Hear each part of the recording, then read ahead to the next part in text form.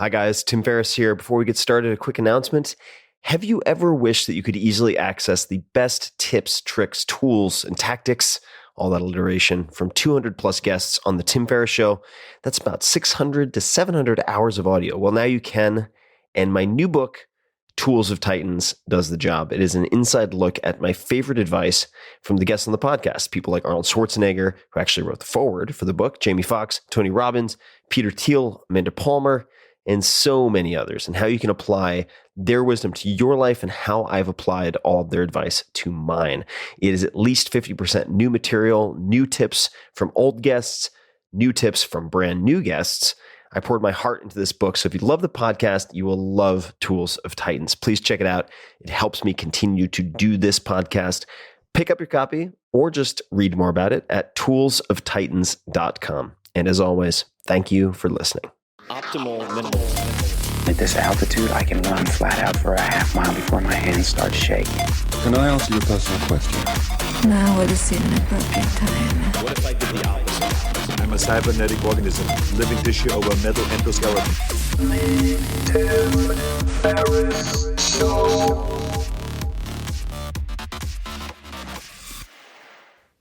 This episode is brought to you by Four Sigmatic. I reached out to these innovative Finnish entrepreneurs of all things because a very skilled acrobat introduced me to one of their products, which is a mushroom coffee made out of chaga mushroom, powerful antioxidant, considered a superfood. I was introduced to chaga by Laird Hamilton, of all people, and another mushroom called lion's mane, which is considered a nootropic or a smart drug. And I had half a packet. Let me put this in perspective. Tasted just like coffee, just add to hot water. Only 20 milligrams in half a packet of caffeine. That's as little as 1/10 what you would find in a strong cup of coffee. And I was on fire for the entire day. I probably got more done in that day than I got done in the 3 or 4 days prior to that. So I would highly recommend checking it out. It is very impressive. You will not see visuals, so you can use it for work. And you can check it out at foursigmatic.com/Tim. That's foursigmatic, SIGMATIC.com/Tim. And use the code TIM to get 20% off your first order. I highly encourage you to try it out. This episode is brought to you by Wealthfront, and this is a very unique sponsor.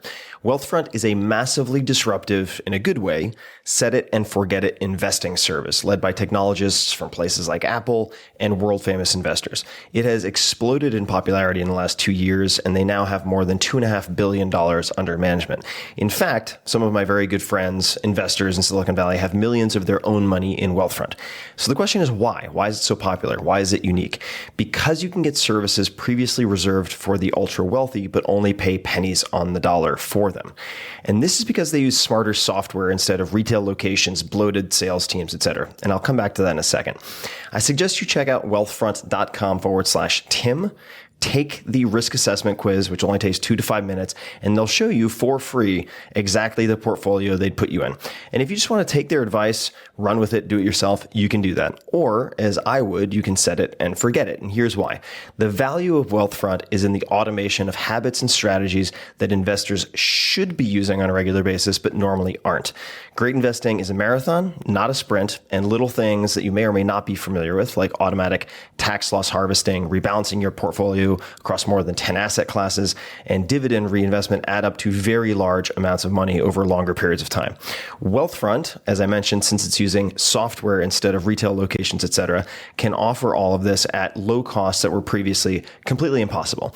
Right off the bat, you never pay commissions or account fees. For everything, they charge 0.25% per year on assets above the first 15,000, which is managed for free if you use my link, wealthfront.com/Tim. That is less than $5 a month to invest a $30,000 account, for instance. Now, normally when I have a sponsor on this show, it's because I use them and recommend them. In this case, it's a little different. I don't use Wealthfront yet because I'm not allowed to. Here's the deal. They wanted to sponsor this podcast, but because of SEC regulations, companies that invest your money are not allowed to use client testimonials. So I couldn't be a user and have them on the podcast. But I've been so impressed by Wealthfront that I've invested a significant amount of my own money, at least for me, in the team and the company itself. So I am an investor and hope to soon use it as a client. Now back to the recommendation. As a Tim Ferriss Show listener, you'll get $15,000 managed for free if you decide to open an account, but just start with seeing the portfolio that they would suggest for you. Take 2 minutes, fill out their questionnaire at wealthfront.com/Tim. It's fast, it's free. There's no downside that I can think of. Hello, boys and girls, cats and dogs, lemurs and squirrels. This is Tim Ferriss, and welcome to another episode of The Tim Ferriss Show, where it is my job to deconstruct world-class performers from all different trades, all different specialties, entertainment, military, sports, you name it. This episode is by request. Thousands of you have been asking for an episode on dog training, and I would expand that to human training. How do you condition other people or yourself to do what it is you want them or you yourself to do? This episode features Susan Garrett, who is an incredible, not only dog trainer, but competitor. She has a bachelor's of science in animal science. She's one of the most consistently successful competitors in the sport of dog agility for now more than 2 decades. She's been on the podium of world and national championship events more than 50 times, winning those events a total of 38 times.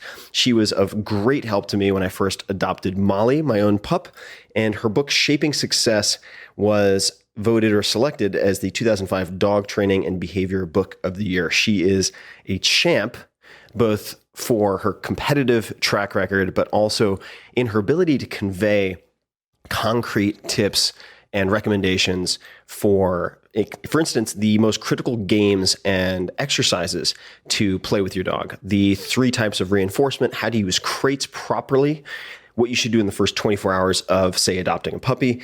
And we talk about just about every facet of dog training, and really the way you should think of this is behavioral modification and conditioning. So this applies to chickens. It applies to maybe irritating in-laws, the cat that won't stop sleeping on your kitchen table. I think I borrowed that from Don't Shoot the Dog, but it's all the same thing. So there are principles in this that you can take away, even if you have no interest in training a dog, having a dog, or dogs in general. So let me then allow Susan to do the talking. You can find her on the Facebook, and she has a very active page, lots of great pics and videos. And that is very simply facebook.com/Susan Garrett, Garrett, Susan Garrett Dog Agility. So facebook.com/Susan Garrett Dog Agility. Say hi to her. And I hope you enjoy this conversation as much as I did. Susan, welcome to the show. Thanks, Tim. Really happy to be here.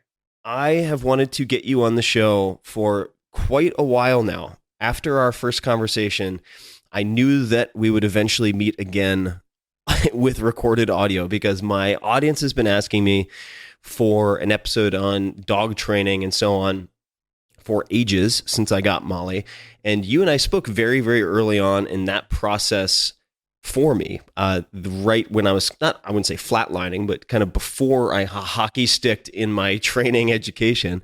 And so I could think of no better person to have on. And part of what appealed to me was the fact that you have an objective and verifiable record. And what I mean by that, and for those people who are wondering how I seek out experts, part of it is finding people who can be evaluated objectively. It's not their opinion. It's not someone else's qualitative opinion. Now I'm just going to read a little bit of your bio. I won't go into a ton of it, but you are one of the most consistently successful competitors in the sport of dog agility over the past, I guess, at least 2 decades. You've been on the podium of world national championship events more than 50 times, winning those events a total of 38 times. I was hoping perhaps we could start, since most folks, well, I shouldn't say most, but many folks are not familiar with dog sports. What is dog agility? What does that sport look like? Most people would have seen it, but maybe didn't know what it was. You know, we used to have an event on ESPN a lot every year. So it's a sport where the dogs go over the jumps and through the tunnels, and they weave in and out of the poles. And it's a really fast sport. It's really gotten to a place where it's tough to keep up unless you're in really great shape as a handler. But it's a lot of fun for both dog and handler. And what are some of the ways in which that is scored? How is that scored? And I think we talked at one point, maybe you and I talked about this, false starts. Is that a big part of or is that a piece of the equation? Not in agility. It definitely is in flyball, which is another sport I actually won world championships in as well before I really got heavily involved in agility. Agility is scored. Think of it like if you watch a horse jumping competition at the Olympics. Time is number one, but it has to be time with a clean round. So there isn't style points. It's just getting around over all the obstacles as fast as you can without having a fault. Mm-hmm. And what separates a good handler from a great handler let's just say for now, talking about the sport component? Well, like any sport, the number one thing that separates us is the mental game. And once you put that aside, it would be the handler's ability to train their dog, and you can put or the handler's ability to outrun their dog. And most of my competition are in their mid-20s and at the world championship level. So they are able to outrun their dog. In my mid-50s, I am not able to outrun any dog. So I rely more on the dog training aspect of it to be successful. Mm-hmm. And what would you say differentiates your approach to training compared to others? For those people who have maybe only seen a handful of like network TV shows with celebrity dog trainers and so on. I train dogs very much the way they train marine mammals or exotic animals. It's a reinforcement-based program. Think of it like a killer whale. You can't get in the tank and correct them and beat the crap out of them when they're wrong, right? Can't hit it with a rolled up newspaper. Exactly. So it's choice-based dog training, and with the focus on reinforcement, it's incredibly successful. And that's why, when I raise a dog, my focus is to have a phenomenal family pet first. And then I know that lays the foundation to be a world champion later. And it's all done through, being intentional and purposeful with what I want and creating basically the dog of my dreams every time I get a new puppy. And when you say choice-based, what does that mean? Choice-based training? There's basically, if I was going to lump training into three categories, there would be punishment-based, which is more traditional because in the military, that's the way animals were often trained with, you're the master and they will do it. They're told, and there's really very little reinforcement. It's the absence of punishment that makes the dog keep working. And it's the brilliance of dogs that allows them to still have this great bond with us in spite of what went on with punishment-based training, and still goes on because it's certainly not gone. And then there's reinforcement-based training where people put a cookie on the dog's nose and lure them to get what they want from them. And that certainly is a step up from punishment in that you're creating a relationship of fun and trust. It has its limitations on its success once that lure is gone. And then what we do is a different from that, because we definitely use food and toys and anything the dog loves as a reinforcement, but it's only after the dog has made a choice. So they make a choice and it's like consequence. Basically, I come from a family of 9 kids. And I never, ever heard my parents raise their voice. So how you have success with that, and this is really how I trained my first dog, is I just modeled my mother. And if we were upstairs watching Disney and it was, 5 to 6 and they called us for supper, they didn't yell and stamp their feet and, carry on. They would give us a chance to make a choice. Are you coming for supper? And if you choose not to come down for supper, then she would go into the basement, unscrew the fuse for the TV, and there'd be no TV for the rest of the night and for the next 24 hours. So you have the choice to either do as you're asked or not, and you live by the consequences of that choice. And that's pretty much, how we raise the dogs. You create an environment rich in reinforcement so that the correct choice, the one you want them to make, is the one they end up wanting to make. But if they choose something that isn't what you want, the environment controls the consequences so that you don't have to, punish them or beat them up with a rolled up newspaper. And what would be a good example of that in dog training? I mean, and the story of the TV brings to mind a video I watched of you actually, believe it was helping to train a woman's dog with Leave It and covering the food. I think you were covering the food with your hand. Could you explain, if that's a good example, I don't know if it is, but could you explain how that works? Yeah, that's one of our foundational games. So we have 4 games. We tell people, you can rock it with your dog if you get these 4 games in. And the first one is the one you described. It's called It's Your Choice. That's right. And I've created my own word, and it's just one word, It's Your Choice. And we want the dogs to know you're in control of all the good things that happen in your life. And it's just a response cost of me closing my hand around the food. So, you get a handful of really attractive treats. And depending on the dog's food drive, like if it was, a sight hound, a dog that doesn't have a ton of food drive, I might get the top level value food I could get, steak and cheese, and put that in my hand. And if it was a chow hound, like a Labrador, they just love food, or a Sheltie, you could put kibble in your hand. Mm-hmm. And the dog's going to paw and bite and bark and go crazy. They're going to be on a leash so that they don't have access to just go find something else to do. But as soon as they stop all that, you open your hand. It's your choice. So your choice was to stop unwanted behavior. And my choice was to open my hand. And then the dog says, hey, party on, I'm going to dive into the food. Well, I didn't like that choice, so I'm going to close my hand. And this goes back and forth like a tennis match until the dog's choice is just to sit back and stare at the hand when it's open. And then I pick up a cookie and I feed them. And that's the first communication that's clear to that dog.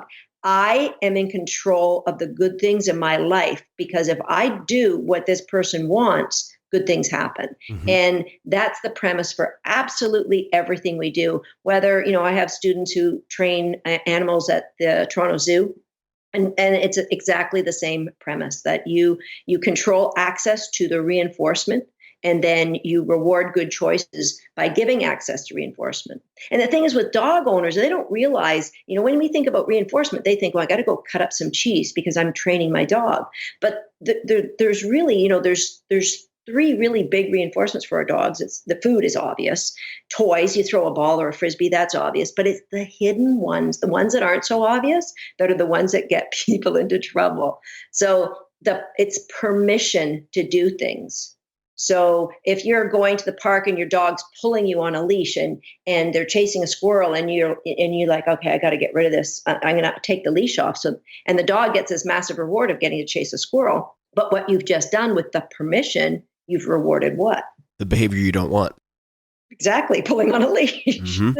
So that goes all day long. And it's when you have an awakening to we tell our students, where's the value? Where's the value for the dog right now? And if you have an unwanted behavior, like pulling on leash, you've got to say, okay, here's what I want. Let's just get clear. Be real intentional about, this is what I want. This is what it's going to look like. This is what I've got. So what's between there is a gap of what I have to train. And the first thing to identify is, where's the value for the dog? Because dogs, they just do what's reinforcing.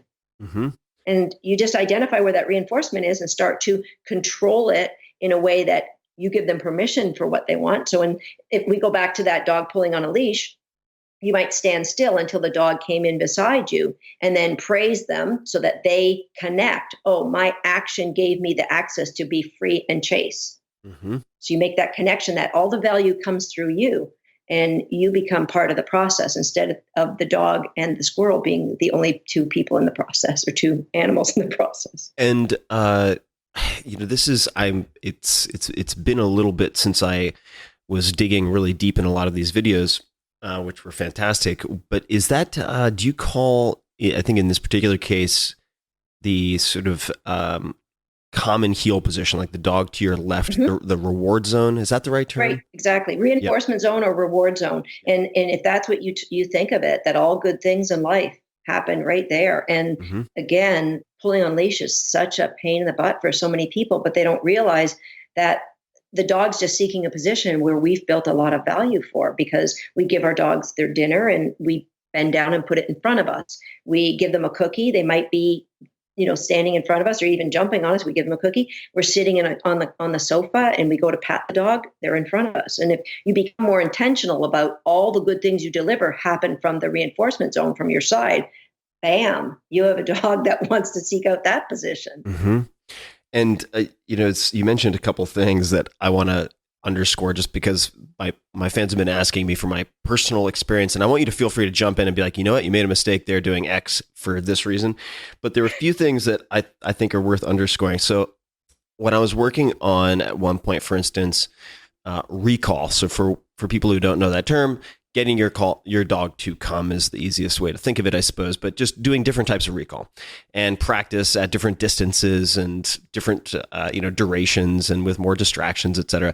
But at one point, I remember I was getting very frustrated, which doesn't help matters, as you know, but because Molly just wasn't responding. And then I met with this trainer and she looked at my treat bag and she goes, "What is this?" And I go, "It's her favorite kibble." She goes, she said, "Dude, it's a crowded bar. You got to tip with 20s." Exactly. And so I went and I got these much higher end, Origin fancy treats, and like problem solved. It was not it was not a technique issue. It was an incentive issue. And so that was embarrassingly obvious in retrospect. So I wanted to mention that. And then you talked about the three sort of reinforces: food, toys, and then this permission, right? And I guess the biggie, right? And I think one guy who came up when I was polling my audience for folks to pay attention to in the dog training world was Ian Dunbar. And I don't know, I'd be curious to hear your thoughts on him, but he talks quite a lot about life rewards, I think is the way he puts it, but non-food based rewards. And I don't know where I got this from. Maybe it was from you, maybe it was from elsewhere, but I remember being told early on that I could have sit equal please. And I was like, okay, well, then let me practice having Molly say sit before every type of feeding, sit before any type of exit through a door so that I can go out first and then bring her through the doorway. And just treating sit like please and then granting that permission has worked out spectacularly well. It's really been fantastic. The other thing that I'd be curious to hear about from you, or to hear you elaborate on, are kind of prerequisite skills that help all of the other skills. So you mentioned it's your choice. And one variation of that I found really helpful, and I think it's a similar concept, but you could correct me, is training Molly to give me, when in doubt, give me eye contact. And I did that with a clicker, which we'll talk about, but I would basically hold up a treat right in front of her nose when she was sitting down and then move it out to the side. She would look at it and then eventually glance back at me, and I would click and give her the treat. And over time, training her to do that so that I could release her out of a given position, say getting out of a car or something like that, she would always check in with her eyes. And it's been hugely valuable. Not to mention cute. And what are some of the other, you mentioned critical games or prerequisite skills that help all of the other types of training? They're all games of where the dog can see that their choices leads to great reinforcement. So, it's your choice for those of us in the sport world.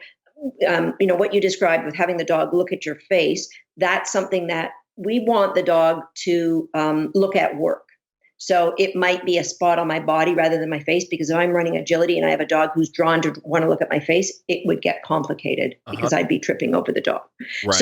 But it's, for the expectations of a pet owner, there's no problem in that at all, because you're building value for a place on your body rather than a value for scanning the horizon for something, correct? Right.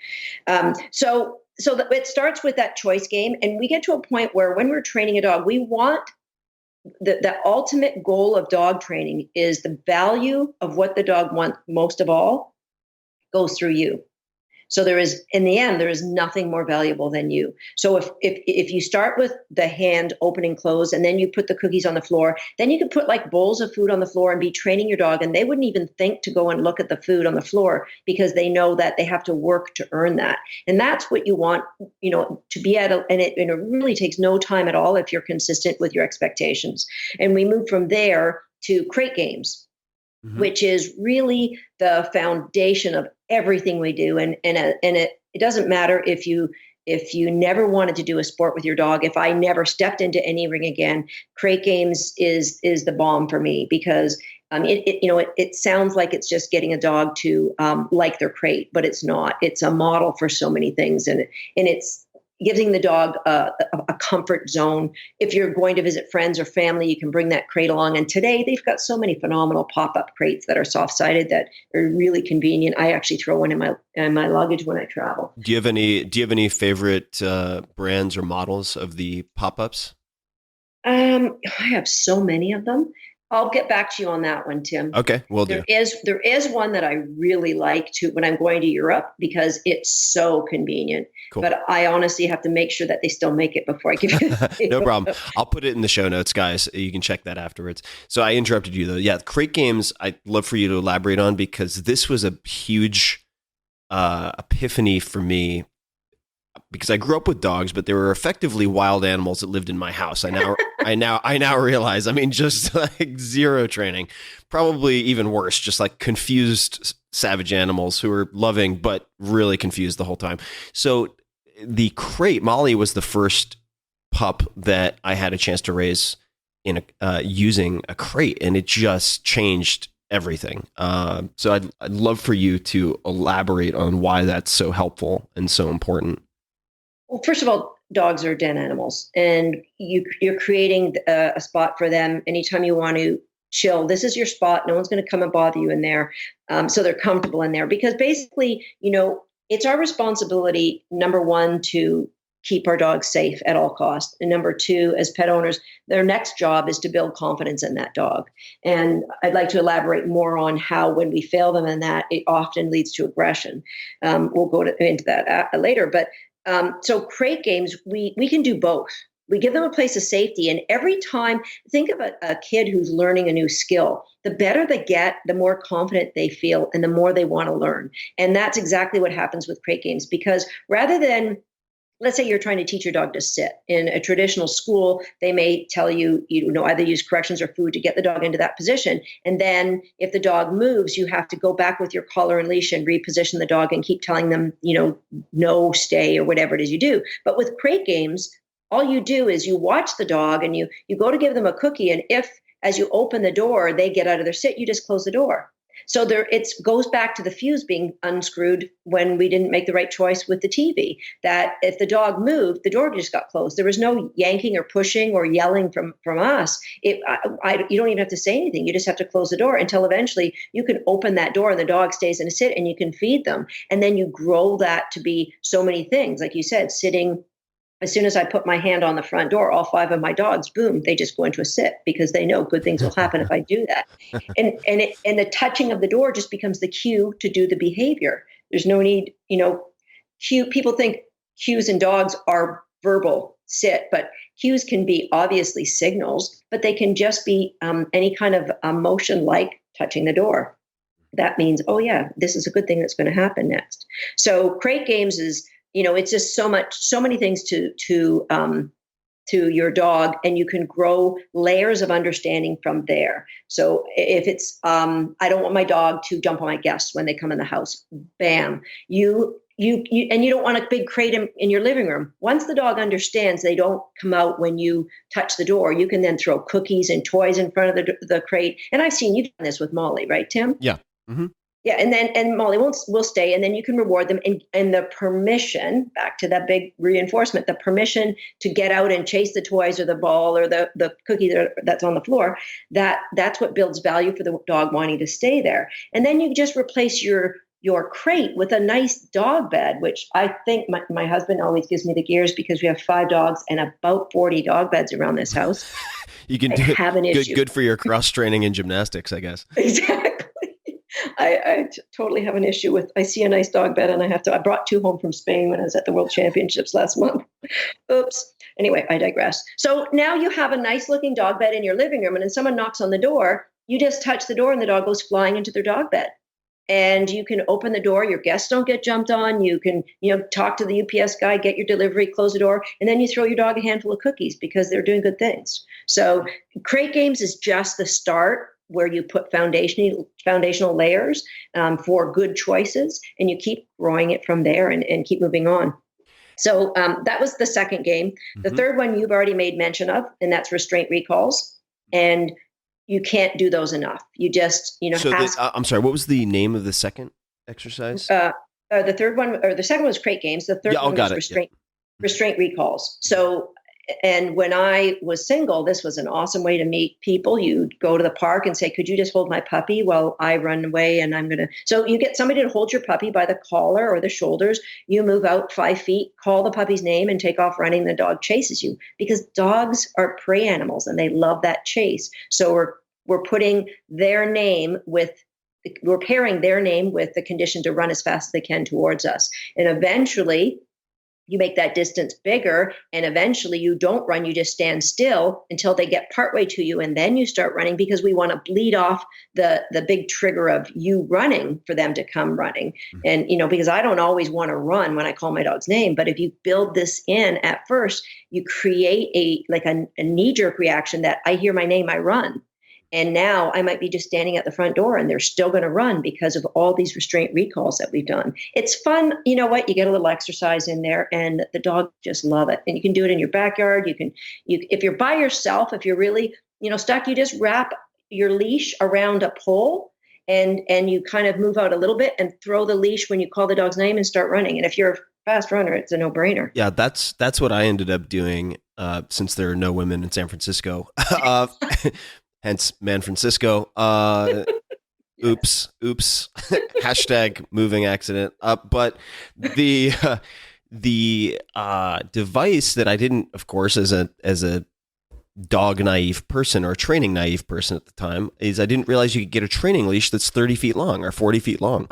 What is it called? A lead, maybe? I don't know. I don't remember the exact. Yeah, lead or leash, either one. So I had a 30-foot, and I could just wrap it, like you said, wrap it around. I wrapped it around the kind of leg of a fixed bench in the park, and it worked out fantastically. It was perfect. That's great. You just want to make sure it's not one of those retractable ones. Yeah, not retractable, just a gigantic lasso that I have to carry around. Yeah. So restraint recalls, and then what's number 4? And the fourth one is the collar grab game. Where anytime you're going to give your dog a cookie around the house, anytime you grab the collar first, and the dog, before you get you have the cookie in your hand, grab the collar and give the cookie. So at the end of a restraint recall, if you're going to give your dog a cookie, the first thing you do is grab the collar and then give the cookie. And we want to classically condition, like Pavlov, ring the bell, the dog would salivate. We want to condition in the dog, when I reach for your collar, good things are happening. And we want to do this for 2 reasons. Number one, if there's danger at any time and you're not yourself and you're frantic and you want to lunge for your dog, you want your dog to not be afraid, but say, hey, this is that game we play every day, all day. It's awesome. I just give him my collar. And number 2, if you don't make a habit of that, your dogs, the most brilliant things about dogs and the way that evolution has built them is that they are far better at predicting events than we are. So they can predict reinforcement and they can predict what they decide is punishment. So let's say you're late for work and your dog's in the backyard and you go to reach for them, they're going to dance about 2 feet outside of your reach. And that happens most when you're in the biggest hurry. Of course. But if you've put in the value of the collar grab, as soon as your hand goes out, it just switches, it turns a switch in them. And, oh yeah, that's my game where I put my collar in your hand and good things happen to me. So it's a game that it doesn't take any time at all to play. If you have a dog, a 10-year-old dog, you could start it today. And just anytime you have a cookie or something the dog really values, just grab the collar and give it to them. And just make sure, though, that you don't have the food motioning towards them before you grab the collar, because it's just like that Pavlov's bell thing. Pavlov did the experiment where he rang the bell and presented the food. But when he tried it in reverse and presented the food and rang the bell, didn't work. So he with every breed of dog, he found that within 25 repetitions, ring the bell, present the food, he got an expected response from any dog. But when he did it in reverse after 200 repetitions, dogs didn't even care. So really important that, once they see the food, all bets are off and you're not conditioning anything. So don't move your hand with the food until you've got that collar. Then you move your hand in. That's a really simple, yet incredibly powerful game. And when you really need it, you're going to say, wow, thanks, Tim Ferriss, that chick you had on that show. She taught me something. It really worked. Well, yeah. Well, this is going to be a very dense and actionable episode. So I'm stoked, and I'm taking all these notes for things that I want to continue to practice with Molly. Also, the restraint recalls is call once. Because I remember, yes, really important. Because I remember we were trading. I think it was texts at the time. And at some point I asked you a question, and because I was going through a bunch of your different exercises and games, and you said in the early days, you can work on more than one at a time. For example, no problem doing collar grab, it's your choice, and call once all in the same session. Yep. If you can do 3 to 4 sessions a day of 4 to 5 minutes in length, you'll be golden. And I think we'll come back to the training session length, but is call once a relative of restraint recalls, or is it a variation? It's actually a combination of restraint recalls and the collar grab. So it's just a shorter distance, and it's a more intensive. You can do it by yourself, but it's best if you have, especially if you have kids. This is something, you want to bring your kids into the training of your dog. And so you just get a little semicircle, and everybody's got a cookie in their hand, and somebody calls the dog's name. And when the dog's head turns, they grab the collar and give them the cookie. Then the next person calls the dog's name, grab the collar, give the cookie. And the dog is learning to give you that head whip response when they hear their name. And you're also building in the grab of the collar. It's an awesome little thing to do with. Again, you can do it by yourself, and I would just keep the dog on leash, call the name, grab the cookie, grab the collar, sorry. But it's brilliant if you want to, maybe a spouse that really doesn't want to be involved with the dog. Well, this is a way that they can see something happening, which is really cool. And it helps them to become more of a part of that dog's life. And it helps the dog respond a little bit better to that other person in the home. And you mentioned earlier with the restraint recalls, using the running initially, and then removing the running, and there's a progression in this training. Is that an example of what you would call shaping behavior, or is there perhaps a different example that you would use to explain this concept of shaping behavior? Yeah, everything we do is something, regardless of it's, and the underlying thing I tell people is it's all behavior, whether we're doing it with people or we're doing it with dogs, and we're just shaping their behavior to have a better outcome for them. So whatever it is we're doing, when you're allowing the dog to make a choice, then you're shaping. So that's how I would define what's shaping. It's the dog makes a choice and they get a positive outcome. When it could be a negative outcome too, you can shape them away from something as well, but we don't go there, but it's the same thing. So that's really what shaping is. And so what we're doing with our restraint recalls, what we're doing is we're taking the reliance of the prey instinct away.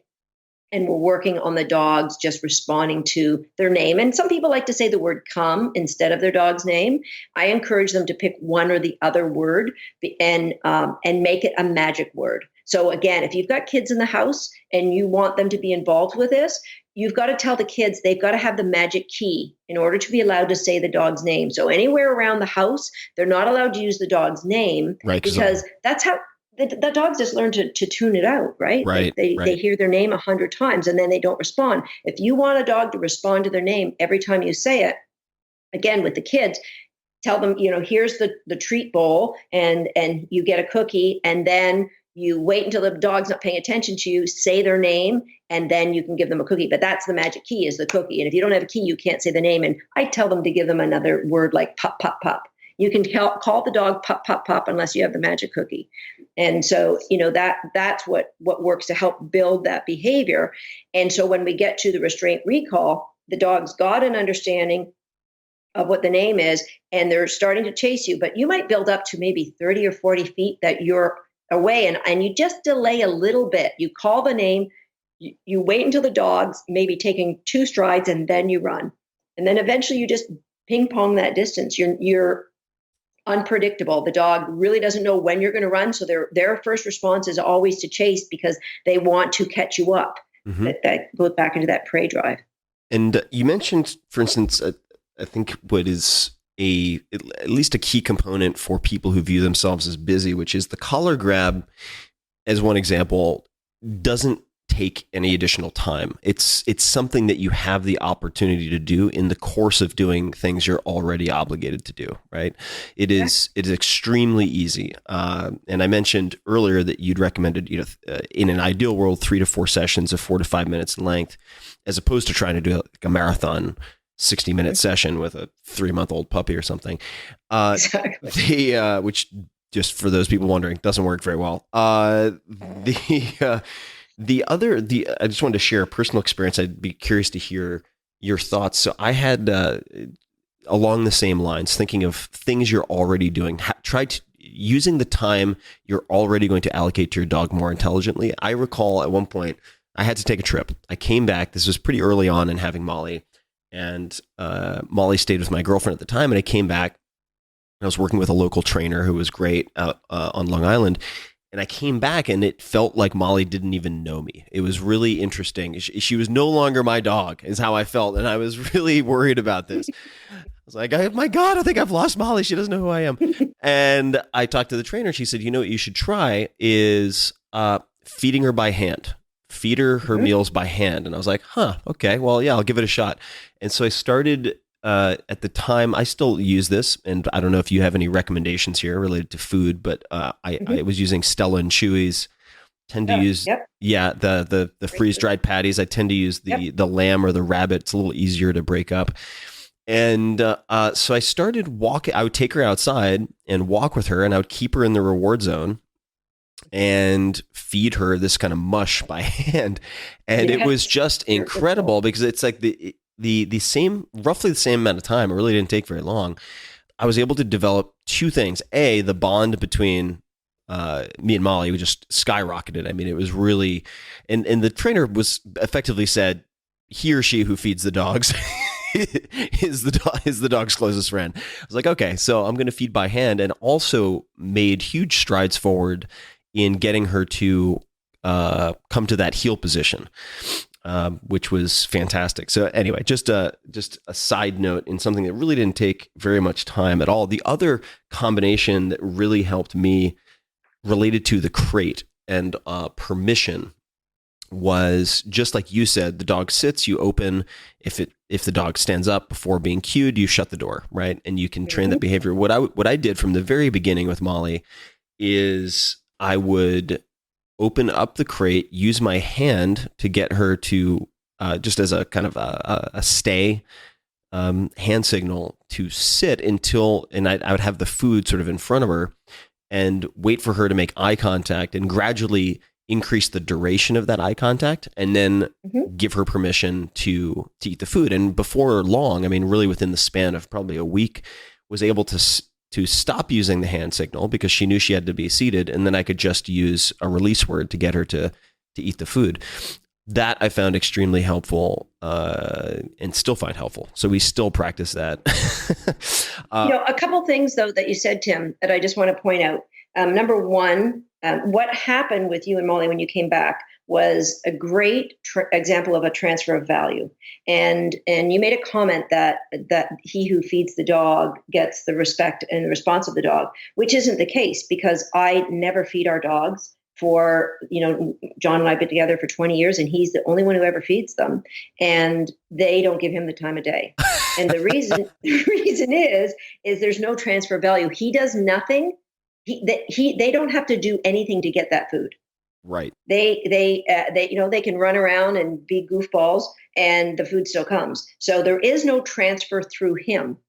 Versus what you did was you had Molly in the reward zone and reinforced her there. And that's the magic. That's how you get the transfer of value, is that it isn't just here's your food and don't you love me. It's, you don't give it away for free. You've got to make great value of it. I think there's some old folklore. Your mother might have told you about that. It's the same, holds true. It's got to be earned. And that's when the magic starts happening. That's how you start to build a relationship. And, and it goes again with any animal. Look at a kid. If a kid who has absolutely everything, and doesn't, they don't necessarily want to go out and play catch with you, versus the kid who has virtually nothing and really, really appreciates the opportunity to come out and play catch with you, because it's value through you that helps create a better bond. And it's the same with dogs, value coming through you, that you don't just have, a lot of people's homes. When I used to go and do one-on-one in people's homes, the number one mistake they would make is that the food was always on the floor. Right. So the food, Yep. it had never had any association with you whatsoever. The dog didn't have to work for it. They didn't really need you at all. Mm-hmm. So that's a biggie. Yeah, that's a super key point. I've never had food left out ever. So it's an event. I mean, it's and there's an exchange every time we do it. There's always an exchange. It's because dog training with people is, dog training should be intentional, but most often it's either accidental or reactionary. And so it's accidental in that the dog learns how to tip over the garbage and get stuff out, or it's reactionary in that you see something like the puppy chewing on the slipper, or the puppy, peeing on the floor, or the puppy, it's a reaction. And if you are intentional, which you have been really good with, Tim, being very intentional about what you want the outcome to be, then you don't tend to have the same problems. And, I tell people in the 30 years I've owned a dog, I've never had one chew a slipper or chew furniture, or it just doesn't happen because I'm so intentional about what I want when I'm raising them. So let's talk about that and dig into it a little bit, because I think it's super important, and I'd love to hear you elaborate on it. The sort of do's and don'ts of, say, getting a puppy or rescue dog. I adopted Molly out on Long Island. How to go about it, common mistakes, because I remember reading up on, there was I think it was a PDF from Ian Dunbar. It's kind of before you get a puppy and then right after getting a puppy. And one of the points I took away, and I think it was from his stuff, was it's your best bet is to not give the puppy an opportunity to make a mistake. It's a lot harder to correct the behavior than to simply prevent it in the first place. So bring Molly home. Guess what? No shoes on the floor anywhere for her to chew on. Right? This is just, the temptations are not there. But it's the same with us, right? Like I recently started, I was going to do this kettlebell challenge. I don't know if you've heard about this 10,000 swing kettlebell challenge. That's a lot. No, I know about kettlebells, but 10,000 reps. So there's this challenge going around, and I'm not going to do the 10,000. I might get to 10,000, but they want you to do 10,000 in 28 days, which is not going to happen. But I thought I'm going to do, it started with 100 swings a day, and then I'm going to go to 200 swings a day. But I decided, you know what? I think I've got pretty good form, but I videoed myself, looked at my form, checked it out, and then I posted it in a Facebook group that I belong to. It's a kettlebell Facebook group. Dude, can you give me any input on my form? Because before you start, you want to make sure you're doing it right, because if you do 10,000 repetitions of something, you're going to be, creating bad form. And it's the same with your puppy. You bring that, we all get one chance to make a first impression with our dogs when we first bring them home, whether it's a puppy or a rescue dog. You get one chance to make that first impression. And if they come in and go, wow, no rules, I'm here at Disneyland, let's go, then you're in trouble, because they learn to have bad form and they keep having bad form. And it's more difficult to correct bad form than it is to start with good form right from the beginning. And I see that as the number one problem with people with dog training, is there's this mismatch of expectations with the people and in my parents, when we had our family dog, you kind of touched on it with your family dog, they're almost feral, because we just expect that they're going to do what we say. And, it's crazy, because there was never any actual, reinforcement put into what we wanted. It's just like, dude, what's wrong with you? Don't you understand English? Well, no, they don't. So people, they just expect so much, and they haven't really prepared the dogs. And I say this to all my students, and I've been saying this for 25 years. Our dogs are a reflection of our ability to train. So if there's areas that your dog isn't brilliant at, if your dog doesn't bring the toy back, if they don't come when they're called, when they're maybe 50 feet away chasing a deer, then that shows they're just a reflection, and they're trying to help us be better dog trainers. And you either take that information or you ignore it. And I've got on my YouTube page, I've got this video called The Journey. It's probably it's got like 300,000 hits on it. And it's all about, and it's all about that our dogs are here to teach us. And if you don't open your eyes to that, you're going to miss these lessons. And chances are your next dog is going to try and teach you the same lessons. It's not a coincidence. And so our dogs just reflect what we're good at. And you look at that and go, okay, well, I'm going to fix this. So you have a dog that, goes to the bathroom on the floor all the time, then it's reflecting to you that you haven't made it clear that there shouldn't be options here. And so when people get a new dog, I tell people that the first 24 hours is critical. And I'm intending to put this on our website. There's a free download of what you should be preparing for the first 24 hours. But the obvious things is you should get a crate, and you should get really good quality dog food, and education, and again, be intentional. Find out what dog training resonates with your core beliefs, with how you want your animal to be raised. And somebody was telling me yesterday, somebody I really respected was saying how, he was getting his friend's dog, he was training it by scaring it. And I'm like, did you do that to a 4-year-old kid? Like, is that really how you want an animal to respond to you, and to be terrified of you? So there's just some things that you should be prepared with. A really good quality chewy for the dog, something that if they did happen to chew on something you didn't want them to chew on, you would just replace it with what you do want them to chew. And a tug toy. So these are just all the things you should be preparing. Education being the number one thing, and a crate, I would say, would be number 2. And then for the first 24 hours. I'll just go through, if you want me, Tim, I'll go through what I do when I get a new puppy. Sure. That first 24 hours. So, the first thing I do is I play tug with them. So I get a nice, long, fluffy tug, and I create the first game of choice right there. So I'll tug, and then I'll pull it out of their mouth, and I'll put it a few inches away from them, and they dive on it, and they tug, and I pull it out of their mouth, and I put it maybe a little further, and they dive on it. And I'll do that a few times. And then the next time I won't put it down, I'll put it up against my body, and they'll bounce at my body, and they'll bite at my body. And as soon as they stop bouncing or biting, then I put it back down and tell them they can get it. And so we're building an interaction of choice right from the first moment they come into my home. And so we get that puppy played out. Obviously give them a drink of water, put them in their crate, let them sleep. And you go back between playing, feeding, and sleeping for whatever sessions you have. And we touched on, 3 to 5 minutes. And then maybe 2 hours before you're going to go to bed, you would have your last one of these sessions. And then they would get another drink, and then they wouldn't get access to water again. Mm-hmm. And one of the important things that, I have never had a puppy wake me up in the middle of the night past the first night. And some of them don't even do it that first night, but it just never happens. And I talk to people who they have 7 and 8 month old puppies still waking them up in the middle of the night. And so, this protocol that I have for the first 24 hours, it really works well. One of the things that I do is I take a chair from our kitchen, and I put the crate on the chair, and I put the crate right beside my face on the bed. So I'm sleeping, and my breath is blowing into that puppy's crate. You can even get these toys that create a heartbeat, like the mother's heartbeat. And I think those are great too, if you wanted to go that route and put it right in the crate with the puppy. If the puppy wakes me up, this is the only time when a puppy tells me I need to go potty outside that I don't make any kind of interaction with them. So I open the crate. There's no crate games. I just lift them out. I put the leash. I actually clip the leash right around their collar. And I don't care if you have a fenced-in backyard, put the leash on the puppy. And I take the puppy out. They do their business. I say nothing to them. I pick them back up in my arms, take the leash off, put them back in the crate. So the mistake people make is they go, oh, the puppy's really energetic at 2 a.m, so I'll just do a little bit to tire him out. Oh, hell no. Reinforcement builds behavior. And if you're telling the puppy, play session at 2 a.m. happens every night, you're going to get woke up at 2 a.m. every night.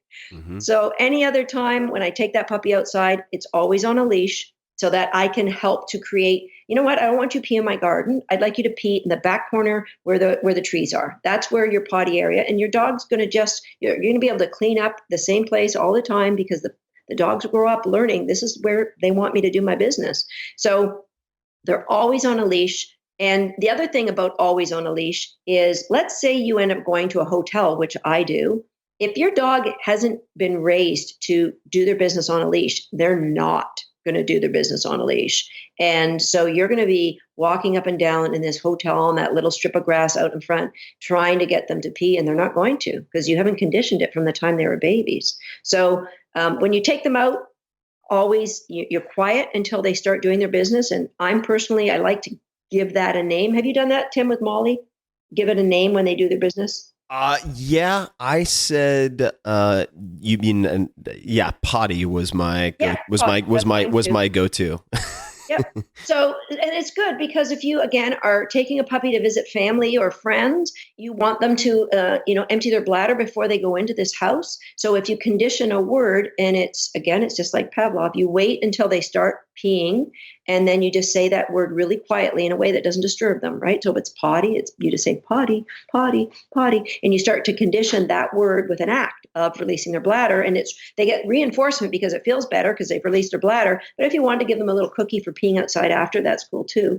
But on leash, in an area you want them to do their business in, and you just get into this routine of potting on leash and playing and feeding, and then you have a puppy that has, we have one time to make our first impression, and our first impression is all good things come through you. And, and when I have this rule, don't wake the mama at night. Mama likes to sleep. Don't be waking a mama at night. And I just don't get woke up. So it's awesome for me. I'm not cranky in the morning because my puppy woke me up. And certainly if they are sick, that's fine. They have explosive diarrhea, whatever. They can wake me up, and I will always get up with a dog who wants to get out. But I won't interact with them in any way, and that's a biggie. That you not make that reinforcement. Don't be reinforcing it. So I also, with the potty, just a couple of notes on this because I've had a lot of fans ask me about potty training, which went very well with Molly. She's probably like many dogs and many humans, good at some things, not great at others. I take full accountability, but the potty training went very well. And this, I think, is also a good area in which to explain the downsides of negative reinforcement or yelling at your dog, putting its head in a mess if it goes to the bathroom in the house. But suffice to say, I used a clicker also. And I think we can actually maybe just give a brief explanation of what that is. Remember, you once described it to me as an audio scalpel, which I thought was a really cool way to look at it. So I would say potty while she was going potty, and then as soon as she finished, because I didn't want to interrupt her, as soon as she finished, like the millisecond she was done, click and then treat. And I became obsessed with clickers for many different things. Can you explain to people what a clicker is? And I was introduced to it, I think, first through, I want to say Karen Pryor and Don't Shoot the Dog, which I really enjoyed. Also a background in training dolphins and marine mammals. Could you explain to people what a clicker is and what they are good for and what they're not good for? So it is a marker. So in the marine mammal world, we call it a bridge. So a bridge between marking what we really like and when we can get that reward to the dog. So in a perfect world, when a dog did something we wanted, we could magically make food appear right in front of their face. But that isn't possible. So we need to bridge for the dog between the time of when they did something amazing and when we can get that food to their face. And I know a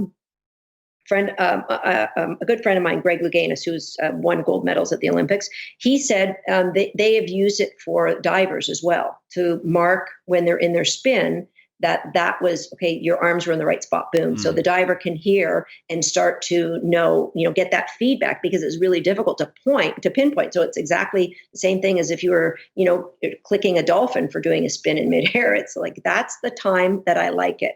So just a quick interruption. I apologize for those people who don't know Greg Louganis' second act. He's a competitive dog trainer. Right, he's a handler, and that's how we met. Greg was a student of mine for many, many years, and now we're great friends. And he's an awesome guy, and he still helps with U.S. diving too. So it's really cool. So he brings what he knows about dog training, he brings it into the diving world. So a clicker is awesome, but it is a conditioned reinforcer. It's telling the dog, it's a promissory note that something is going to happen. That's amazing. And there's a lot of different things you can use. Like if you have a pen click, you can use the top of a pen clicking.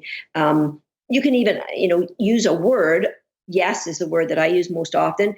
The difference between a clicker and the word yes yes, can be judgmental, so it's not necessarily the best thing. Meaning it's not as consistent, you mean, as right, because you can say if the dog did something amazing, you might say yes, and if the dog you are like, it was okay, yeah, yes. So where a clicker is a clicker, and it doesn't have any judgment, and it's just marking that was good. You're going to get a reward. And but I still use the word yes, but yes isn't always followed up with food. A clicker is always followed up with a toy or something the dog really has high value for. And a clicker, basically it's using classical conditioning. So it goes back to ring a bell, present the food. Instead of ringing a bell, we are clicking a clicker. And it's best for behaviors that are really, that you want to isolate a small slice of a behavior. So for example, a recall, it's harder to click for a recall unless you're going to click the moment they give you the head turn. But you don't want to just click that moment in time, or it becomes like musical chairs where the dog turns, but they don't move because they're waiting. The music might stop here because you always clicked right here. And so, a clicker, as I said to you, is a scalpel. And there's some great tools that sometimes you need a scalpel. Like if I'm teaching my dog to wave, put their paw up above their ear, then I would use a clicker for that because I want the height of how high can you reach that paw. I'll click that.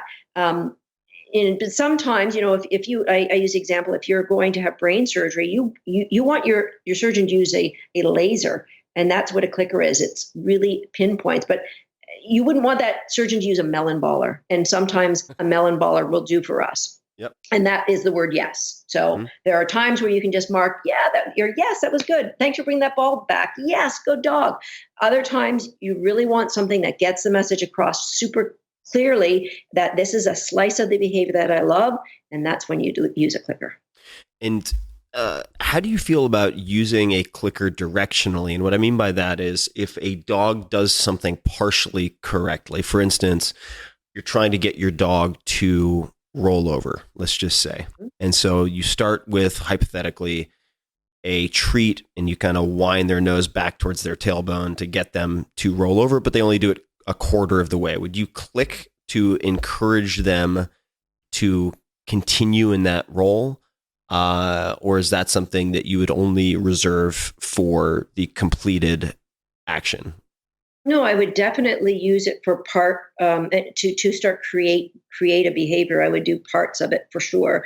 And oftentimes I don't use the cookie as a lure, but I would, and not that I would have a problem with anybody doing it at all. But if you, a lot of the times, like let's say you were getting your dog to spin in a circle, similar to rolling on the ground. But if they started turning one and they started going partway and you click that, they're likely going to carry on the rest of the way to get the cookie, right? And so you're actually clicking, you're marking, that's what I like. And then they're coming around to get the cookie. So it finishes the spin, and you get the spin a lot faster by using that clicker instead of just, luring the spin all the way around. Same with if you were wanting to teach your dog to back up. We're going to get some good party tricks from people here. You could take like a piece of kibble on your kitchen floor. That's the best combination for teaching the dog to back up. And, you would wait that the dog shifts their weight backwards. You would throw the cookie between the front paws.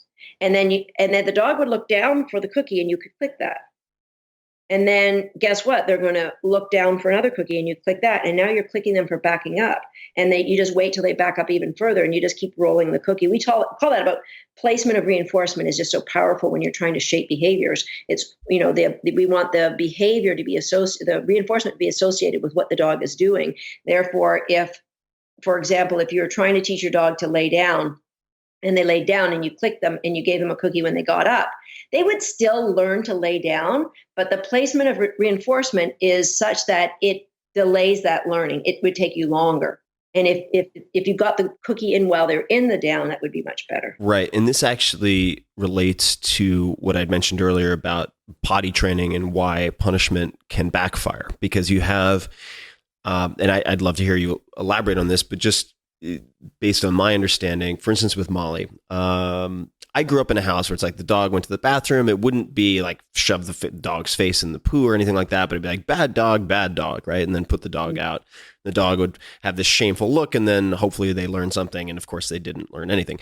I mean, eventually they ended up going to the bathroom outside because they just preferred to be outside. But the point being, as it was explained to me, if number one, you're probably not going to catch the dog in the act, so there's going to be a temporal dislocation, right? There'll be the dog may not put causality together, and number one. Number two, if you just terrify your dog, they're just going to find a nice, quiet, secret corner to go to the bathroom in. And on top of that, we were talking about getting a dog to back up. The benefit of the positive reinforcement, and you can see this, it's amazing to watch Molly, who's really the first dog I've trained ever, to offer behaviors, right? You want the dog to try to figure out the puzzle. And so sometimes when Molly knows I want something and she lights up, she enjoys training, and she'll try 7 different things. It's like, no, we're not doing paw. No, we're not doing spin. No. And she'll slowly try to figure it out and deduce it. And you want your dog to do that so that you can then reward when the dog does the right thing, right? Or does something approximating the right thing and moving in the right direction. If you terrify your dog, they're just going to opt out, right? I mean, they don't offer the behaviors, and then you have nothing to reward. So it becomes a lot harder to use a bridge or a marker to use any type of conditioning, classical or operant conditioning, to connect the dots for the dog.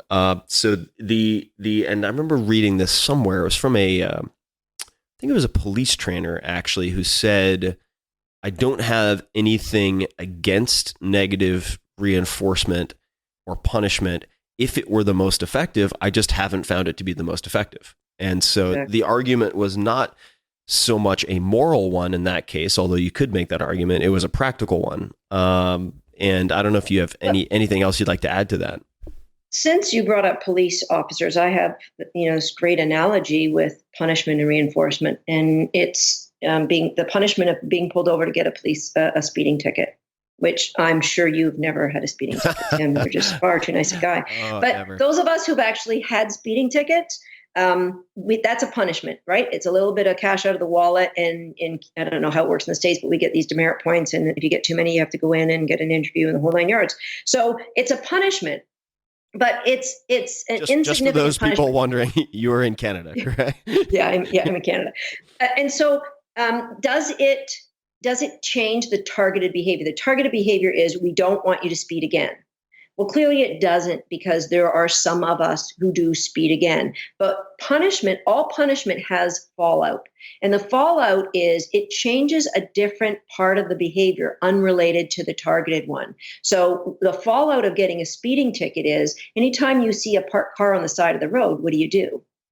You immediately assume it's an unmarked police car, and you take your foot off the gas. Even if you're not speeding, you have a visceral response of, this is the fallout of the punishment that I've earned. And if a police officer pulls in behind you and you're driving in the city, even if you're not doing anything wrong, what are your emotions? You get a little tense, you get your perfect driver's ed, 10 o'clock and 2 o'clock positioning on the wheel, and you start driving by donut shops in hopes that the police officer will go somewhere else. And it's not a comfortable feeling. Right.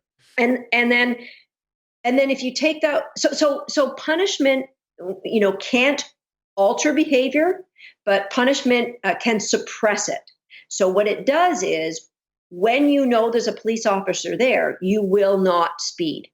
And that's the same with punishing a dog for getting on the couch or getting in the garbage or pooing in the wrong spot. You've suppressed that behavior to the point where they won't do it when you're around, or they'll come when they know you can get them, but when you're outside of your arm's reach, they won't, because punishment has suppressed the behavior of them being naughty when you can catch them, but not when you can't. So punishment, in order for punishment to work, it has to be catastrophic. It has to be life-altering. So I use the example of let's say you're speeding and you get pulled over, and you try to explain to the police officer, you try to get out of that ticket. Oh, I was listening to the music and it was really cool. And they go, well, you're going 10 kilometers over the speed limit, so you have to be punished. And they open the back of your car and they take out your dog and they shoot and kill your dog.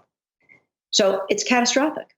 And if you ever, like, once you got out of prison for killing the police officer, you got to think, would you ever drive again because of this punishment? Like, would you, and if you had to drive for work, would you drive with a dog in the car? And if you had to drive like the dog to the vets, would you speed? There's just no way you would speed. You'd probably go like 10 kilometers an hour down the road because you would be terrified. And you'd probably be sobbing the whole way because you're driving with a dog in the car and you don't want to get in trouble. And then what if a police officer pulls up beside you or behind you and now you would just be enraged and you'd probably break into this hysterical, it would just be catastrophic punishment has catastrophic fallout. Mild punishment has mild fallout, but neither of them fix the targeted behavior.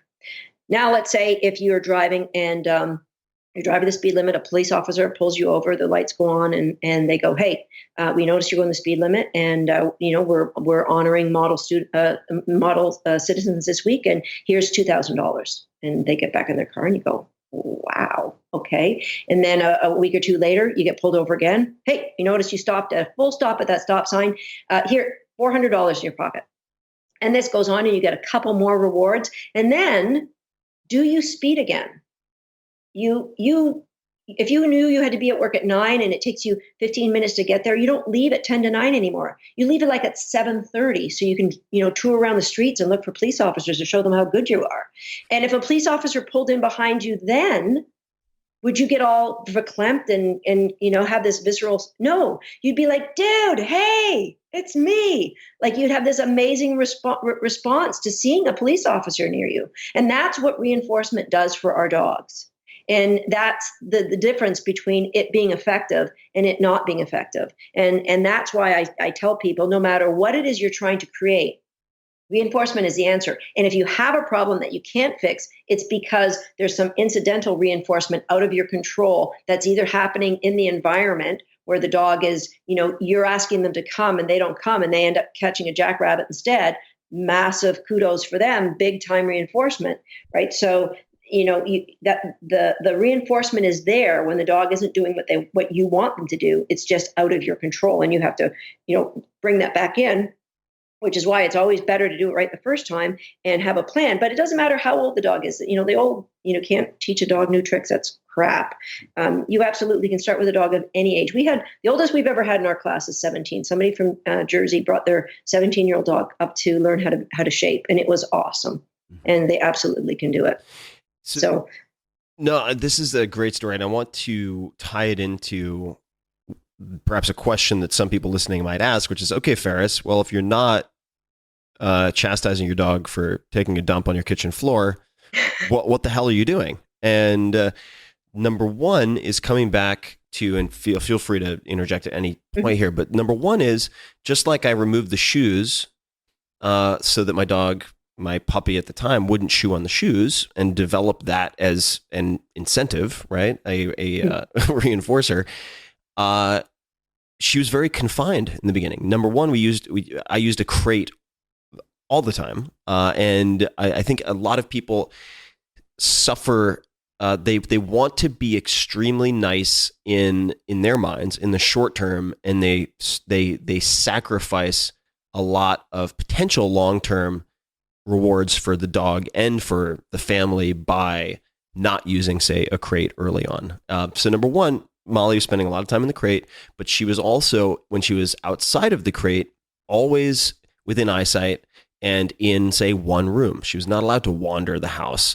And the times that I did find her, say, peeing on the floor, and it happened a few times. Mm-hmm. I would immediately pick her up, walk her outside, put her where I wanted her to pee, and then click and reward. So that's it. And it was really not being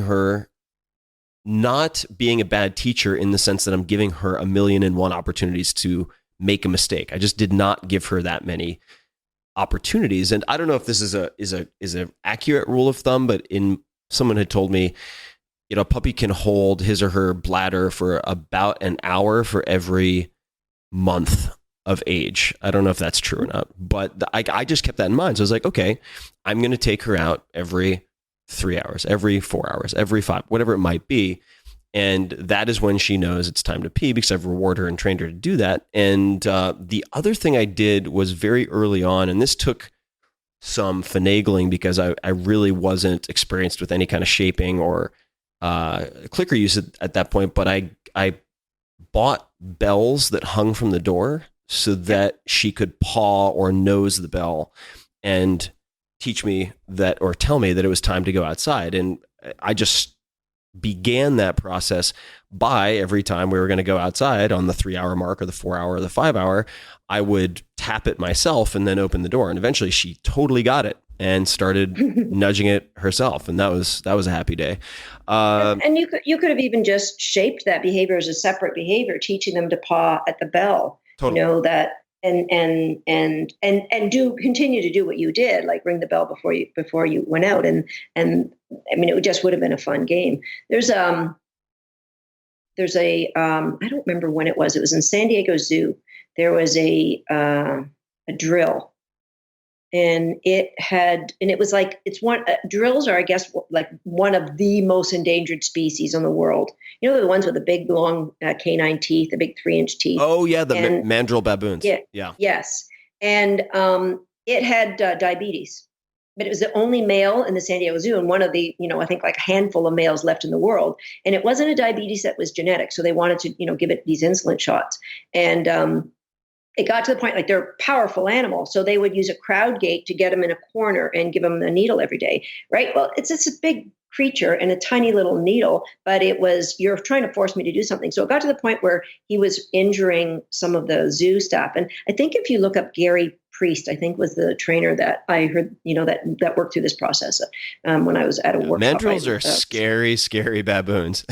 Strong. Really scary. And so Gary, all that he did, and similar to the bell thing, what he did was he created a metal tube, attached it to the baboon's cage, shaped him to put his arm through the tube for treats, and then they put a rod at the end of the tube, and so he would put his arm through the tube and hang on to that rod.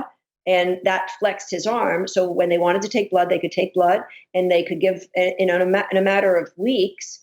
They have this baboon who's loving the game of giving blood and getting his insulin every day. That's amazing. So, you can shape anything. It saved a baboon's life, and probably a couple of zoo workers' lives too.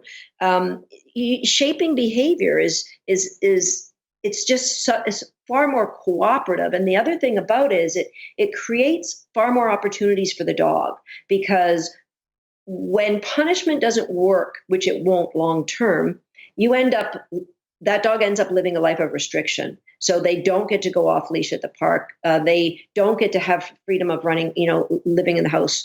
And when by the time, if you do what you did and have the dog in a crate, the puppy in a crate, or the dog when you first get them.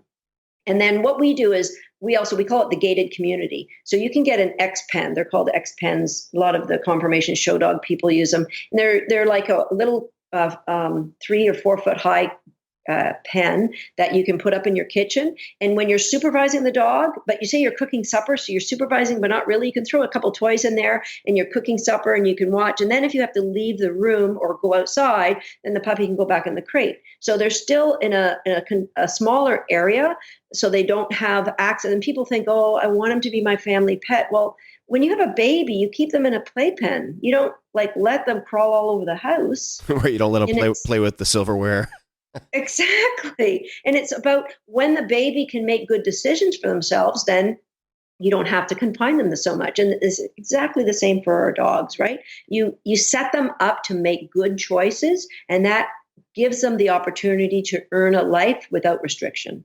And by not doing that, that dog doesn't live as full a life, and you are sentenced to management for the rest of that dog's life. When you go outside, you have to put the garbage on the counter, because the dog might get into the garbage, and you can't leave any food around, or they'll rip into the food. And so it's a life of management. You have to make sure the latch is on the gate in the backyard, because the dog, once they get out, they're gone down the street. And so life of management for you, which is a ton more work, which leads to a life of complete restriction for that dog, which is sad because you know what? They deserve to have as much joy in their life as they can get because they're awesome. Totally. And I get asked by some of my friends, for instance, because from their vantage point, and this is not me saying this is true, but, across the board, because you have a different benchmark as someone who's a professional who trains competition dogs and so on.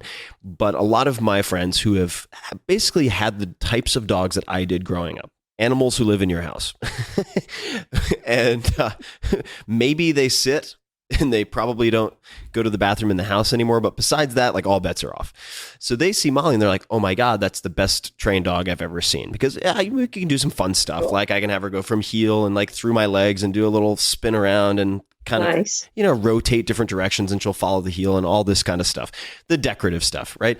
And I just said, and I'd be curious to hear your opinion on this, but I said, if I look back at what I did, all it took was about 3 months, maybe even less, of doing 2 or 3 very short, like 5 to 10 minute sessions a day. That's it. That's all it. And doing the stuff that doesn't take any extra time. Sit for please. Anytime Molly wants something, to go out of the door, if it's especially for anything safety related, right? So she doesn't go charging out of a car or something. I always go through doors first, right? That was one of the protocols. And it's like, well, you're going to do that many times a day. So you're going to, and that's just in the course of your day. But it was maybe 3 sessions a day. And I really feel like if you get it right in the first 3 months, you're kind of set. I mean, you can't just slack off, but it's amazing. I guess my shameful confession is, I'm not doing a ton of training with Molly anymore, but because I just set aside, and guess what, people, like you probably do need a couple of 5 to 10 minute breaks yourself anyway. It was not that hard. And if you can't afford to put in that time, you probably shouldn't get a dog, right? I mean, it's absolutely. That's been my experience. I wanted to ask a couple of questions. So the first is one of the things that I experimented with, and ultimately the room was small enough that I could keep an eye on her without it. But instead of using an X pen, which is a gated community you talked about, which a lot of people seem to have used very, very successfully, I experimented with tethering. So using a short leash, or some people use these, so they're cords of sorts, to keep your dog attached to you as you walk around the house or whatever. What is your opinion of that approach? Not a fan, because it's removing choice. And I love to give the dogs choice. So, it's a difference between trying to create the bond because you become accustomed to being with me all the time, or creating that bond because they're inspired to want to be beside you all the time. And so that's the reason that I've not been a fan of that. The other thing is, I go to the bathroom. 5 dogs want to go to the bathroom with me. My dogs follow me everywhere. And so that relationship and that kind of, phenomenal bond is there with all of my dogs. And even like I have a 17-year-old and I have a 1.5-year-old, and it doesn't matter. It's still very, very strong. And the other thing, I move so much, like it would just, they'd be underfoot all the time. So, the big reason though for me is it comes back to, I want to train my dog in an environment based with choice, so that they have the choice to just hang out in their X pen. And then I'll do things like I'll have my X pen in my office, and there's a flight of stairs to go into the kitchen. And so I'll walk into, I'll walk the puppy down into the kitchen, and I get to a dog bed. And this would be like a 3-month-old puppy. And I'll just stand there by the dog bed and I'll wait. And the puppy will offer to go in. I'll throw cookies and I'll keep throwing cookies as I'm making my way across the kitchen to get my water. And then I'll throw cookies all the way back. And then I'll give them a release word, permission to leave and come with me again. So it's like, those are all choices that lead up to this phenomenal relationship that I have with my dog, that it's not because you have to, it's because you want to. And, any time we have a choice in life, you hear the alarm go off at Monday morning at 9:00, and you have to go to work, and suddenly you go, like, I think I have a sore throat. I might have a sore throat. But if the alarm goes off at 6:30 in the morning because you have a hockey game on Saturday morning, boom, you're out of bed, done. Because one is you have to and one is you want to. And I want to inspire my dogs to always want to, no matter what it is. And so I get dogs, like even my terriers, if they could be out chasing a squirrel, they might be within a mouthful of catching them. And I'll just say, we're going this way, and boom, they'll stop on a dime and come back, because they've always had those choices in life, and those choices have been layered so that they always want to do what I want. And so a couple of other things that I'd love to get your take on.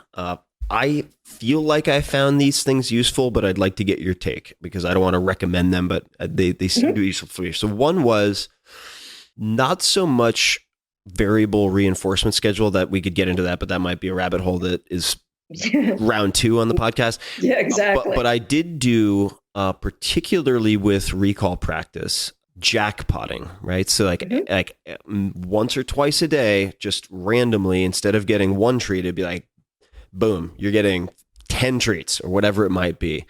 And do you feel like that is a valuable practice at points, or how? Yeah, where it's something that I will do, but it is, science has proven it has zero value in training, and sometimes it will actually hurt your training. But you know what? It makes me feel good. And so even though I know that, I will still do it. Like if my dog does something exceptionally well, oh hell, I'm all in.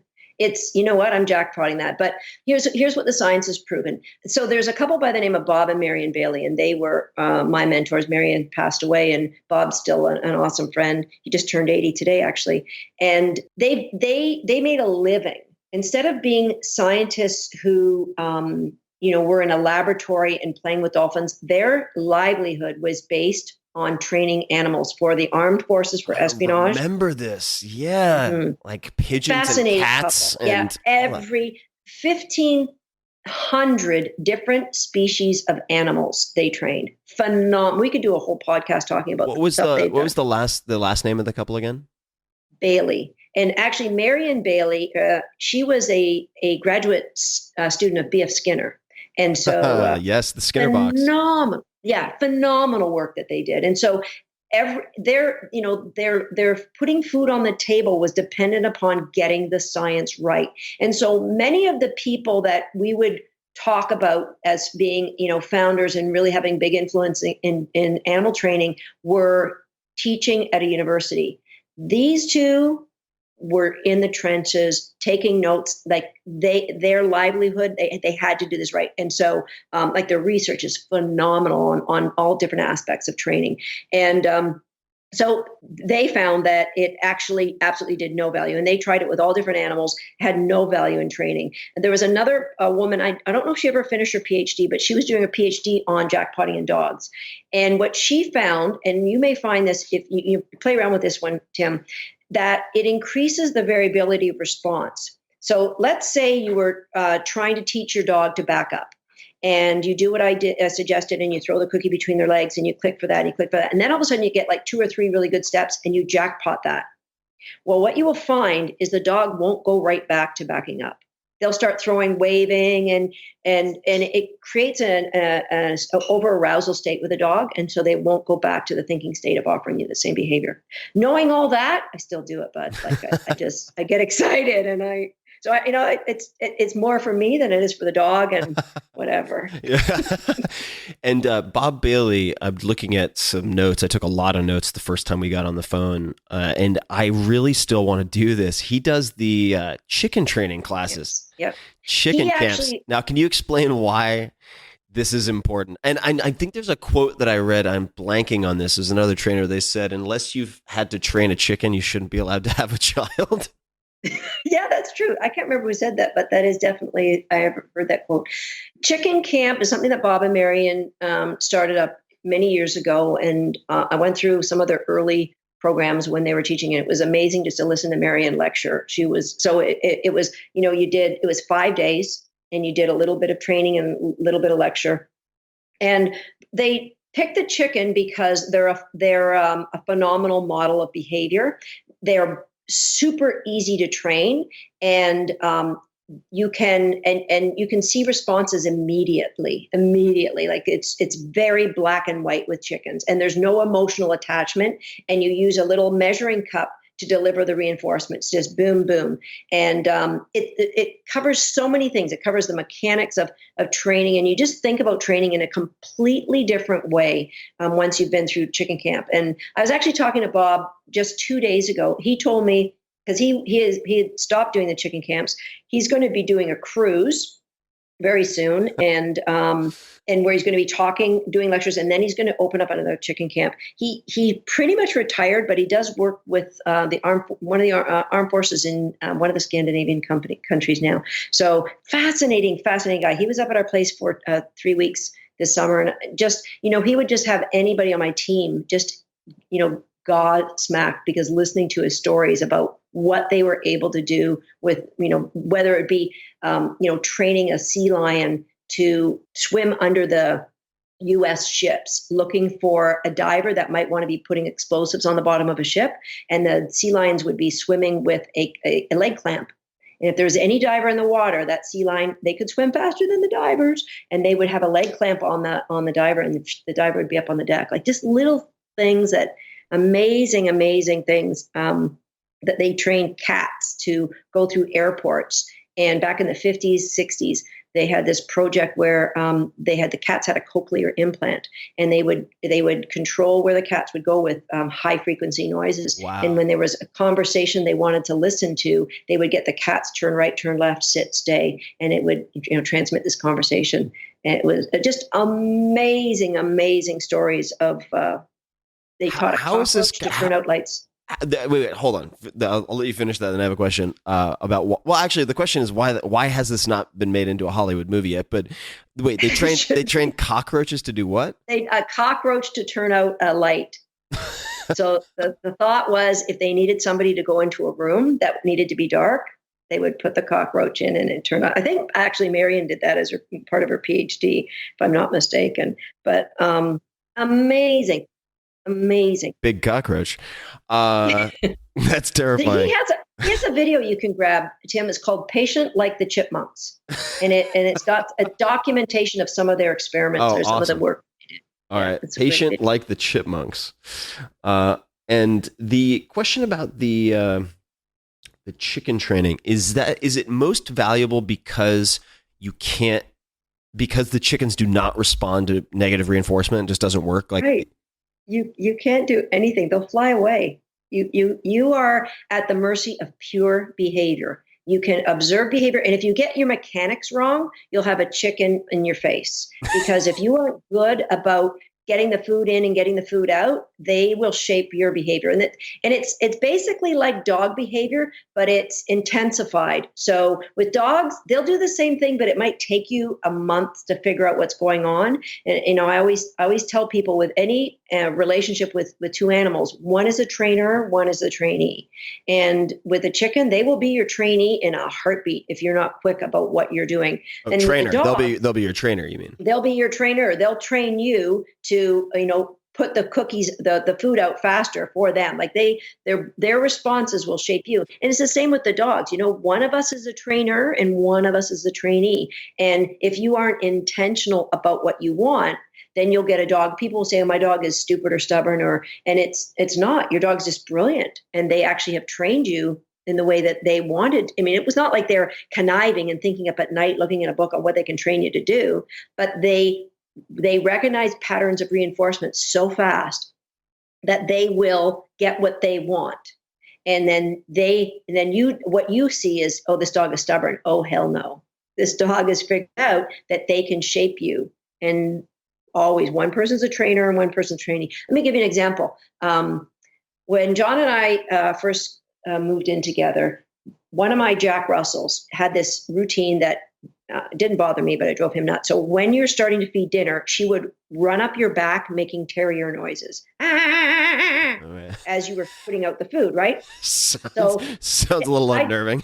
I didn't even think about it. And so when John took over feeding the dogs, it drove him crazy. He didn't want this terrier running up his back and making all these monkey noises. So I thought, I'm a clever person. I don't want to have to go back to doing that chore. So I have to stop this behavior in the dog. So I just shaped her. She was a little, 10-pound dog. I shaped her to jump up on a kitchen chair whenever anyone went in the kitchen to either prepare human food or prepare dog food.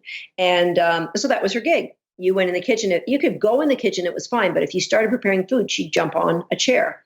And at the time, we lived in this house with a pine floor. And so the floorboards were a little uneven. And so anytime I was cutting carrots or whatever, I'd throw her a cookie over on the chair. But if I was in a hurry and I didn't notice it, what she would do is she would walk around on the chair till she found the uneven spot. And then she'd go back and forth and rattle it. And that would make me notice that she was there. Oh, what a good girl. And I'd throw her cookies. And it took me months and months before I figured out I'm being shaped. But I mean, I still did it for the rest of her life because it cracked me up that she was so freaking smart. But dogs are brilliant at figuring out patterns of reinforcement. And, you'll just look at, you find in your own dogs, they will pick up. I mean, that's why when you pick up a set of car keys, if a dog loves to go for a ride, they're the first ones at the door. And if they don't like the car, they'll be the first ones in the back bedroom hiding. So they just are brilliant at figuring out those patterns and going, how can I get the pattern I want faster? And the chickens are like the intense version of that. It's a lot of fun. Chicken camp's awesome. Oh yeah, I really want to do chicken camp. So the couple more. So a few things that I was told that again could be complete placebo effect, but some of which I think was helpful in the beginning, and I'd love to get your take, your BS meter on some of this. So I read at one point, and I think this was again a canine officer in the police force somewhere, and he said if the dog doesn't know if the dog cannot perform the behavior in 20 locations, the dog doesn't know the behavior. And it was something along those lines. And the point being, like if you haven't trained it in different contexts, and what it seemed to me was different surfaces in particular for Molly as a puppy, don't expect it to work. I mean, you have to really practice the behaviors that are most important. And I guess for me, I was trying to focus on not necessarily paw and things like that, but the behaviors that could save her life, right? The things that you really want, like a remote sit stay or recall, the leave it, these types of things, where you don't want your dog licking antifreeze or whatever it might be. Right. How do you think about, I guess, failure proofing behaviors to the extent possible? One thing that another kind of heuristic that I found helpful to think about were the 3Ds. And I mentioned it earlier in passing, but having a simple behavior, but then ratcheting up the distance you are from the dog, the duration of fill in the blank, and then the number of distractions, right? As you can kind of take them from white belt level to black belt in a given behavior. Exactly. How do you think about failure proofing some of the most important behaviors? Absolutely. And the 3Ds are they are the ones that are going to build the brilliance. The thing is, what we do is we make sure that we introduce all of those things in crate games where you can control what the dog's doing. So any distractions you're going to use for your recall, any distractions you're going to use, the distance away, the duration, you could all do that in a crate where you can just close the door and it doesn't affect your relationship with your dog. And then once they've got that, it's almost like, they've got the first set of inoculations against distractions. Right. And then when you take them out to the real world to do that, you're just building in that second set so that you are really getting a killer immunity for the dog against any distractions that they may come in contact with. How would you're talking about shaping and being shaped as a trainer. So why did Tim Ferriss stop using the bell on the door? I'll tell you why. And you can probably guess. So I know where we're going. Yeah. So Molly, bright pup that she is, figures out pretty quickly, oh, wait a second. If I kick this bell, I get to go outside. So she started kicking it all the time because she didn't have to pee. She was bored as hell watching me do whatever boring stuff I was doing in the house, and she wanted to get outside. So I was not sure how to correct it. And so at that point I was like, all right, you know what? The only solution that I can see in front of me, and I'm probably missing something, was to remove the bell. And she was old enough at that point that I was like, all right, she's not going to pee all over the house. But what would you do in a situation like that? Because this type of thing, I imagine, can happen with all sorts of things, all sorts of behaviors. Absolutely. Yeah. So it's recognizing that you're being shaped, first of all. And so what I would do is I would make sure that the first bell ring, the dog gets to go out because, maybe she does genuinely have to do something. And then you come back in. The second bell ring, she goes out on a leash.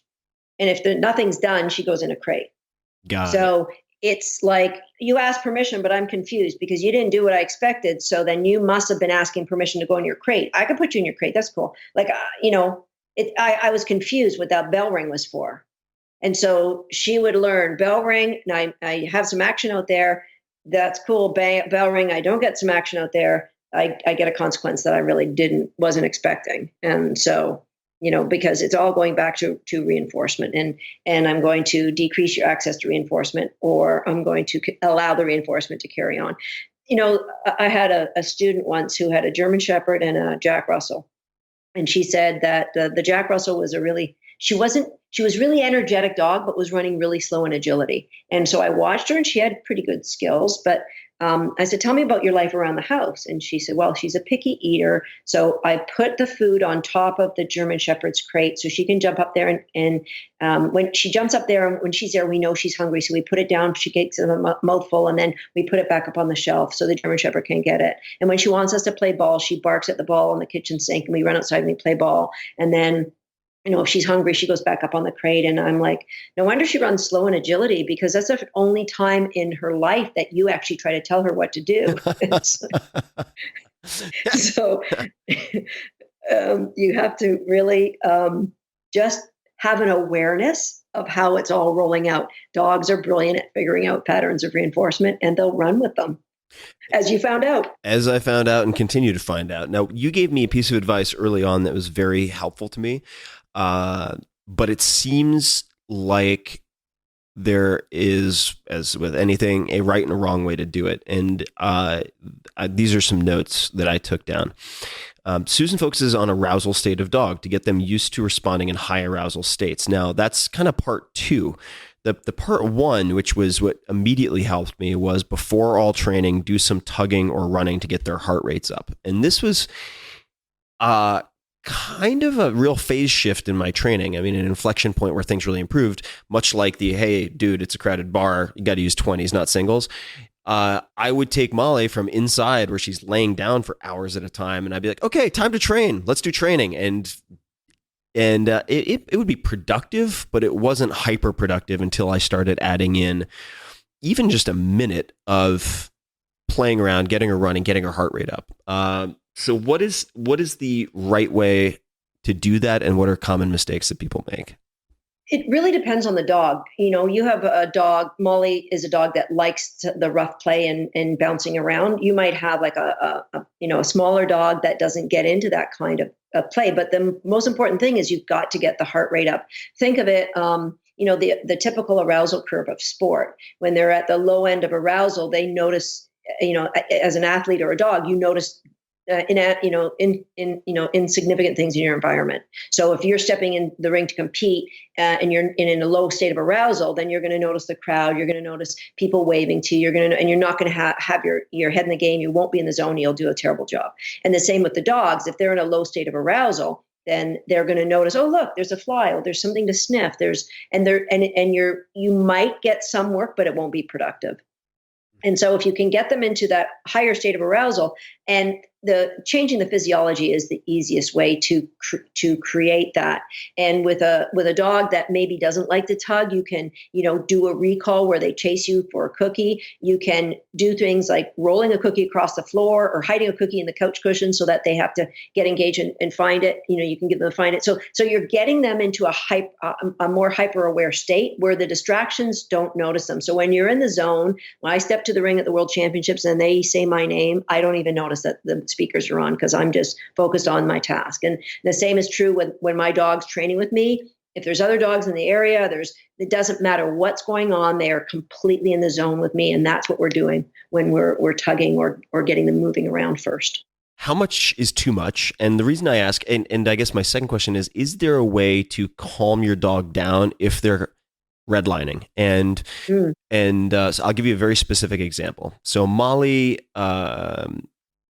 unfortunately, she lacerated her foot on, I think, a piece of glass. So she was stitched up for a while. We didn't do any real training. And she seemed to be in a more easily distracted state after a bunch of kind of lethargic sitting around. We went to a friend's house. There were tons of people around, new environment, big pool in the backyard. Molly loves pools, bunch of kids petting her, playing with her, and like a crotchety old dog that just wanted to kill everything, that was super yappy and just like distracting to me, and doubly distracting to Molly, and people ordering pizza and cooking meat. And there was just everything going on. And basic obedience, no problem. Sit down, remote stay, whatever. That was all fine. But my buddy had seen her do some pretty dramatic stuff, at least in his mind, and he wanted to see it. So I was like, okay, sure, no problem. So I go to do some of the fancier stuff, and you could just see the beach ball. You could just see like the computer frozen. And she was just like getting it 80% right, but not quite figuring it out because the dog was freaking out. Everything's going nuts. In a situation like that, do you just kind of pack it in and say, hey, live to fight another day? Or are there things that you can do to get your dog to calm down? Failure is a great teacher, and it's awesome to get a failure and then say, how are we going to work through this? Because then it makes the dog more resistant to that failure the next time. So, depending on that, if she was a super young puppy, you might just say, let's pack it in. But, so assuming she's reasonable age, think of it like a dartboard with the heat zone being right in the middle. And so she's in the middle of all this activity. All that you would do is say, back away 10 feet and ask for the same behavior. And you're getting away from the heat zone to a less intense distraction area. And then if it doesn't work there, back away another 10 feet. So you might go from the backyard to the front yard where it's climb. And then you would start with simple behaviors that she can respond to. And then when you get the response you want in the front yard, go back to the backyard and then work your way. I wouldn't go right to the heat zone, but I would say, okay, we've had some success here. We're going to break it off here. And then the next time, you do this a couple of times, she's going to learn, I respond anytime, all the time. And, right. And that, failure is never a bad thing. It's just what you take from that failure and how you can respond to it.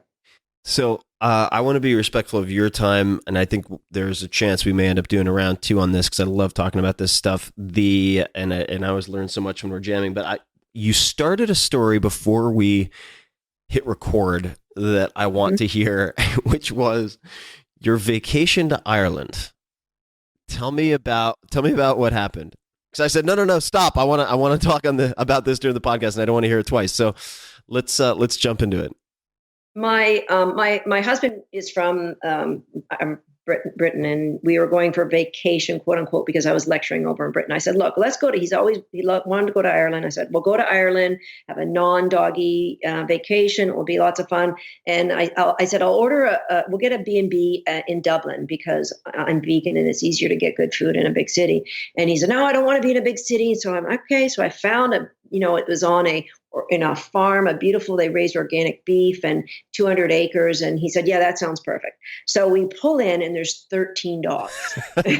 So much for the dog-free vacation. He looks at me, he said, did you know this? And he loves dogs. He just wanted a vacation for you. I said, I had no idea because it wasn't in the advertisement. I showed on the advertisement. So they had 12 field springers. And they had 11 field springers, a border collie, and a Great Dane. And they, as soon as you get out of the car, they all jump on you. And of course, it's just awesome. And they're this very sweet couple. They're all apologetic. Oh, they're terrible. They jump on us.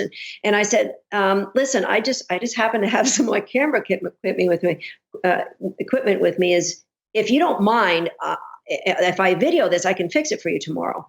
And she's like, fix it tomorrow. And I'm like, did you hear what she said? Fix it tomorrow. And I explained who I was and that I could do this. So the next day we went out and we did a shoot and we fixed it. And I explained, again, it's about reinforcement and knowing if you anytime you have a behavior, you look at what do I want? I'd like my dogs to greet people. when they see them. And what do I have? I've got hooligans that jump all over. Well, where's the value? Because there's reinforcement there somewhere. And so the value is these dogs are incredible social creatures and they love to greet people. And so let's change that value. So what I did was I came out with, we'd gone out for supper to a really nice restaurant. John ordered a nice steak. I took half of it off so that I could use it for the dogs the next day. And he's loving this. So then I go out there and before they can jump on me, I just reward them for not jumping on me. I take the two ones that are the real culprits, and I just reward for not jumping on me. And then they get the idea that there's going to be food on the ground, and so I wait till they sit, and then I reward that. And then I want a failure because the greatest lessons happen through failure. So then I get them all excited. What good dogs you are! So they jump on me, and when they jumped on me, I just turned my back because what they were seeking was that social attention, and I didn't give it to them. And then when they got off of me, I turned around again. And I did this 2 or 3 times until they made that connection. I've had lots of really good steak for sitting, and I got a back turn for not sitting. And so then I couldn't get them to jump on me. And I said, they're not going to jump on me anymore while I'm here.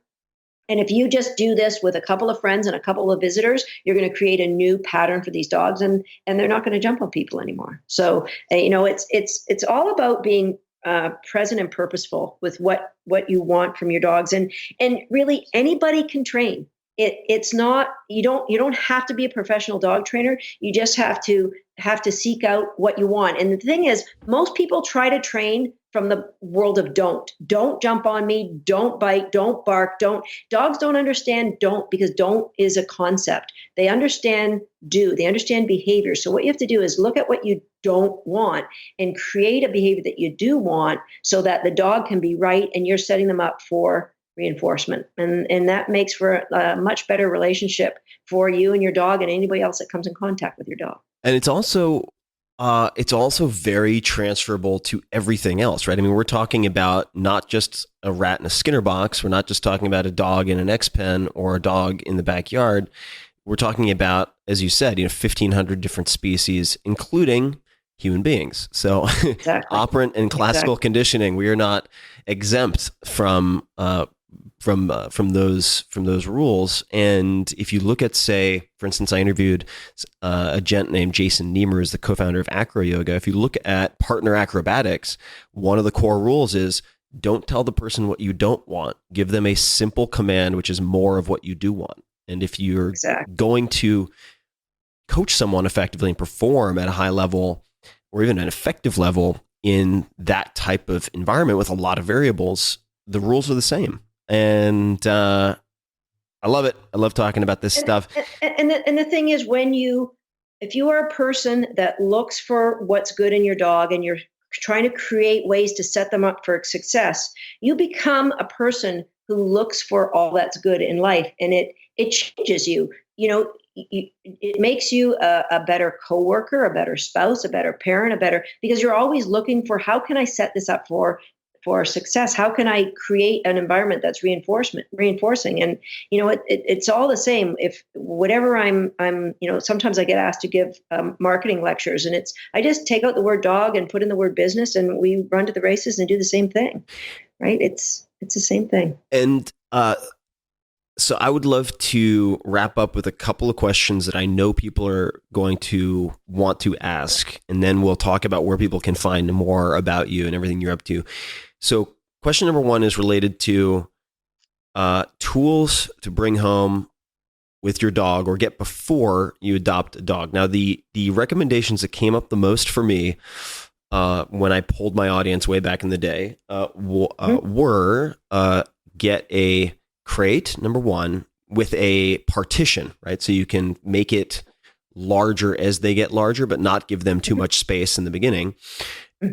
Second, get a Kong. Third, get a Nature's Miracle for when they do something on the floor, so they don't go back to the same spot, which is something I learned the hard way, and it really does work.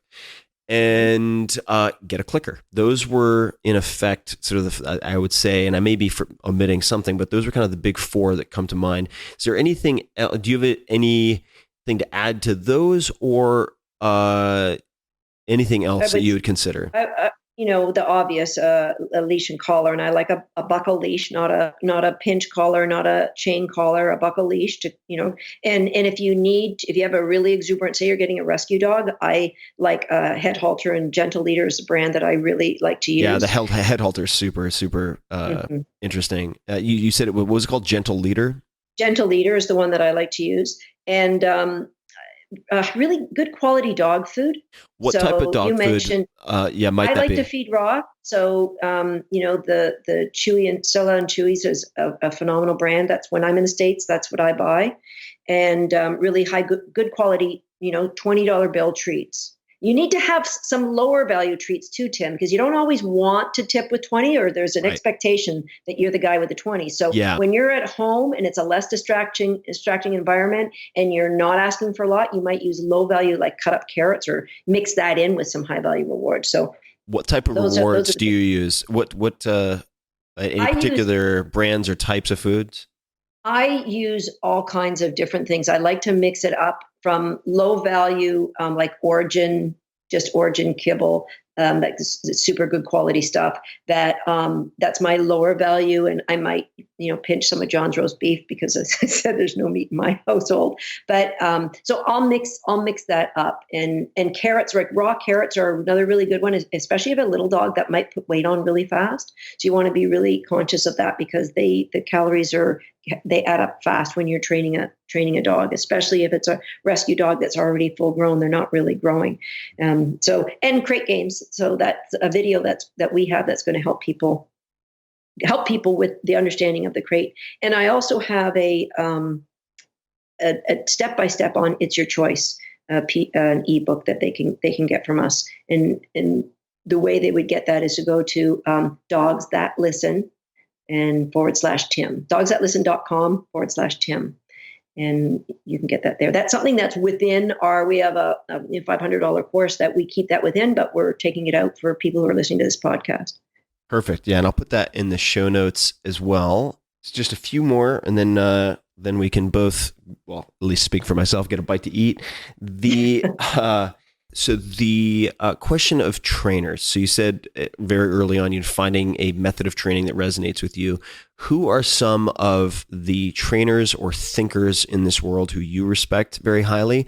And who are the types of people, you could name specific people if you want, that you would recommend staying away from?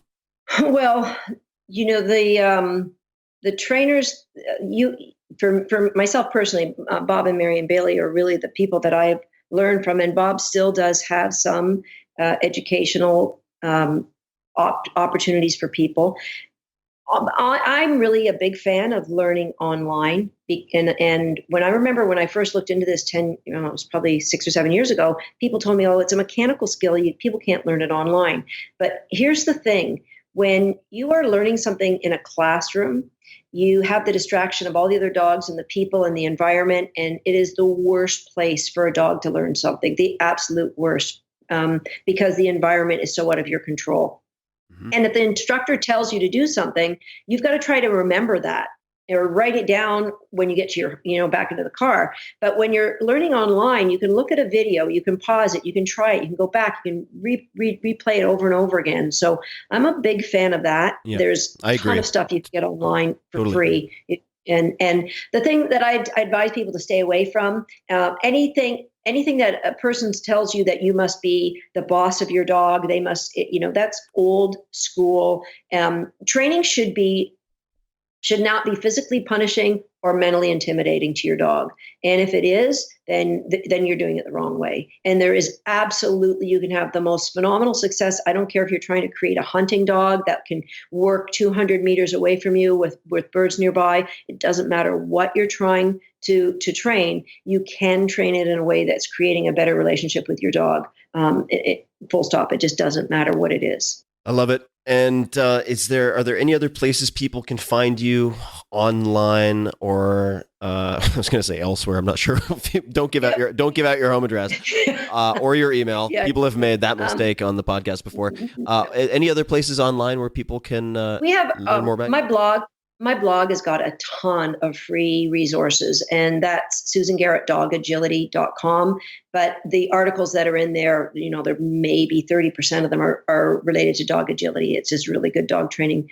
And you can Google me or on YouTube or on Facebook.